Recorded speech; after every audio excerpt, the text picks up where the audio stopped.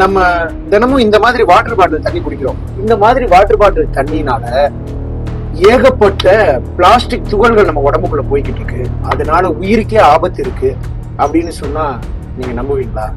இதை பத்தின விழிப்புணர்வு உங்களுக்கு ஏற்கனவே தெரியும். ஆனா இந்த நேரத்துல உயர் நீதிமன்றம் இந்த பிரச்சனைய மிகப்பெரிய ஒரு பூதாகார பிரச்சனையா கையில் எடுத்திருக்கு.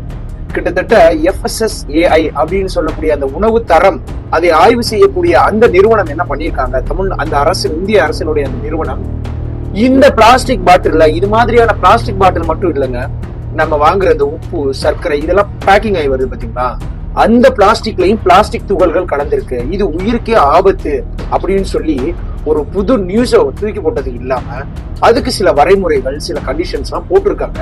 அது என்ன, இந்த பிளாஸ்டிக் துகள்கள்னா என்ன பிளாஸ்டிக் துகள்கள் இதுல இருக்கு, எவ்வளவு அளவு இருக்கு, இது எவ்வளவு அளவு உடம்புக்குள்ள போனா நமக்கு ஆபத்து, இதனால என்னென்ன விளைவுகள் இருக்கு, இதை எப்படி நம்ம தவிர்க்கலாம், இது எல்லாத்தையுமே இந்த வீடியோல நம்ம பார்க்க போறோம்.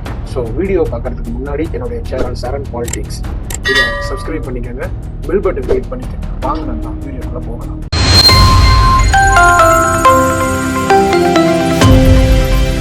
மைக்ரோ பிளாஸ்டிக், அதாவது பேர் சொல்றப்பே உங்களுக்கு தெரியுது இது பிளாஸ்டிக்கினுடைய ஒரு சில துகள்கள் தான் அப்படின்னு சொல்லி.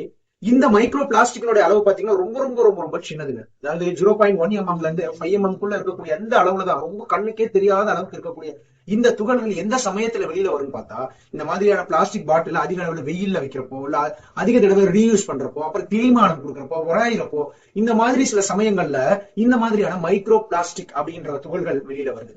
சோ இந்த துகள்கள் வந்து அந்த தண்ணியினுடையோ அல்லது நம்ம சமைச்சு வைக்கக்கூடிய இந்த பொருட்களோடையோ அது சேர்றதுனால அந்த பொருட்களை நம்ம சாப்பிடுறப்பயோ இல்ல தண்ணி குடிக்கிறப்பயோ அந்த துகள்கள் நம்ம உடம்புக்குள்ள போக ஆரம்பிக்குது. சோ இப்படி உடம்புக்குள்ள போக ஆரம்பிக்கிற இந்த மைக்ரோ பிளாஸ்டிக்னால உங்களுக்கு கண்டிப்பாவே தெரியும், வயிறு பிரச்சனை, உடல் நல பிரச்சனை, அதே மாதிரியே குடல் பிரச்சனை எல்லாத்தையும் தாண்டி ரொம்ப அதிக அளவிலான கேன்சர் ப்ராப்ளம், இந்த மாதிரி எல்லாம் வர்றதுக்கான வாய்ப்புகள் இருக்கு அப்படின்னு சொல்லி நமக்கு யார் இந்த எச்சரிக்கையை கொடுக்குறா அப்படின்னு பார்த்தா, உயர் நீதிமன்றம் இப்ப இந்த பிரச்சனையை கையில் எடுத்து நமக்கு இப்படி ஒரு எச்சரிக்கையை கொடுத்திருக்காங்க. அதாவது இப்ப சிகரெட் பிடிக்கிறவங்களா இருக்கட்டும், மது பிரியர்களா இருக்கட்டும், அவங்களுடைய பொருட்களை பாத்தீங்கன்னா மேலேயே புகைப்பிடித்தல் உடலுக்கு தீங்கானது, மது வீட்டுக்கும் நாட்டுக்கும் கேடு அப்படிங்கிற மாதிரியான சில எச்சரிக்கை வசனங்கள்லாம் எழுதியிருப்பாங்க. சோ உயர் நீதிமன்றம் இந்த மாதிரியான வாட்டர் பாட்டிலுக்கு என்ன சொல்லியிருக்காங்க அப்படின்னா, இதே மாதிரியான எச்சரிக்கை வசனங்கள், இதுல மைக்ரோ பிளாஸ்டிக் இந்த அளவுக்கு உள்ளது, சோ இது உடலுக்கு இந்த மாதிரியான தீங்குகளை விளைவிக்கும் அப்படின்னு சொல்லி ஒரு எச்சரிக்கை வாசகங்களை எழுத சொல்லி இப்போ ஒரு ஆர்டர் போட்டிருக்கதா ஒரு தகவல். இந்த ஆர்டர் இப்ப ஏன் வந்திருக்கு அப்படின்னா, கிட்டத்தட்ட ஆகஸ்ட் 2024-25 FSSAI அப்படிங்கிற நம்மளுடைய இந்திய அரசினுடைய ஒரு உணவு பொருள் தரத்தை கண்காணிக்கக்கூடிய food safety and standard authority of India, இந்த நிறுவனம் என்ன பண்ணிருக்காங்க, இந்த மைக்ரோ பிளாஸ்டிக்கினுடைய இந்த ஆய்வை எடுத்து நடத்தி பிளாஸ்டிக் பொருட்கள்ல இவ்வளவு, பிளாஸ்டிக்ல பயன்படுத்தக்கூடிய பொருட்கள்ல இருந்து நமக்கு இவ்வளவு அளவுக்கான பிளாஸ்டிக் வந்து உள்ள போகுது அப்படிங்கிற ஆய்வு நடத்தி அந்த ரிப்போர்ட்டை கொடுத்திருக்காங்க. சோ இதெல்லாம் வந்து இப்ப நம்ம இந்த உலகத்துல இப்படி போயிட்டு இருக்க இந்த உலகத்துல நம்ம வந்து என்ன பண்றது, தண்ணிலாம் வாங்கி குடிச்சுதான் ஆகணும், அதுலயும் சத்துக்கள் இருக்கு அப்படின்ற மாதிரி எல்லாம் ஒரு கருத்துக்கள் இருந்தாலும், சத்துக்கள் இருக்குங்கிறது கண்ணுக்கு தெரியுது, ஆனா இந்த தீங்குகள் அப்படிங்கிறது கண்ணுக்கு தெரியல. சோ அதையும் நம்ம மைனூட்டா கவனிச்சுதான் ஆகணும். சோ அதை கவனிக்கல அப்படின்னா அது ஒரு சைலண்டான எவனா மாறுறதுக்கான வாய்ப்புகள் அதிகமாவே இருக்கு. முடிஞ்ச அளவுக்கு இந்த பிளாஸ்டிக் பாட்டில பயன்படுத்தாம சில்வர், இந்த தாம்பரம், இந்த மாதிரிலாம் சொல்லுவாங்கல்ல, அந்த மாதிரி கண்ணாடி பாட்டில் இதெல்லாம் ஸ்டோர் பண்ணிக்க கொஞ்சம் முயற்சி பண்ணுங்க. அடுத்தது பாத்தீங்கன்னா, ஒரு பாட்டில் நம்ம வாங்குறோம் அப்படின்னா அதனால இந்த மாதிரியான எச்சரிக்கை வசனங்கள் இனிமேலாச்சும் இருக்கா அப்படிங்கறத பாருங்க. அதுக்கப்புறம் எந்த அளவுக்கு அது கலந்துருக்கு, எந்த அளவுக்கு அது உயிருக்கு ஆபத்து கொடுக்கக்கூடியது, இது எல்லாத்தையும் பத்தின விவரங்களையும் விழிப்புணர்வையும் தெரிஞ்சுக்கங்க.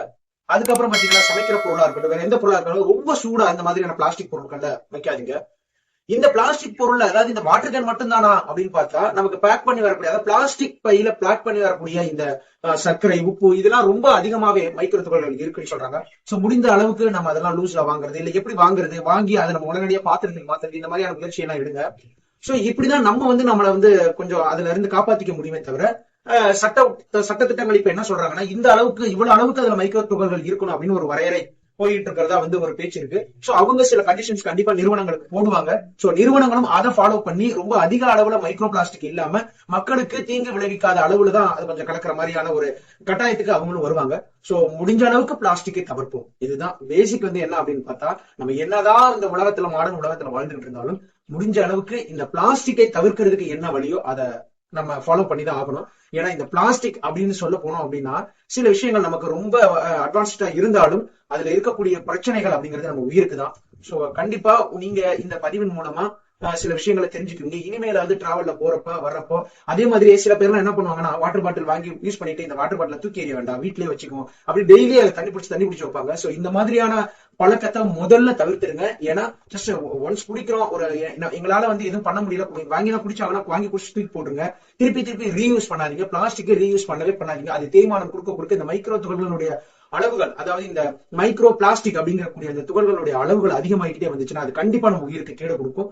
சோ இந்த தகவல்களை பயனுள்ளதா இருந்துச்சுன்னா உங்களுடைய நண்பர்களோடய நீங்க வந்து ஷேர் பண்ணிக்கோங்க. இந்த வீடியோ உங்களுக்கு பிடிச்சிருந்துச்சு அப்படின்னா லைக் பண்ணுங்க, சப்ஸ்கிரைப் பண்ணுங்க, சேனலை பெல் பட்டன் கிளிக் பண்ணிக்கோங்க. வேறு ஒரு முக்கியமான தகவல்களோடையும் நல்ல ஒரு தகவல்களோடையும் உங்களை சந்திக்கிறேன். நன்றி.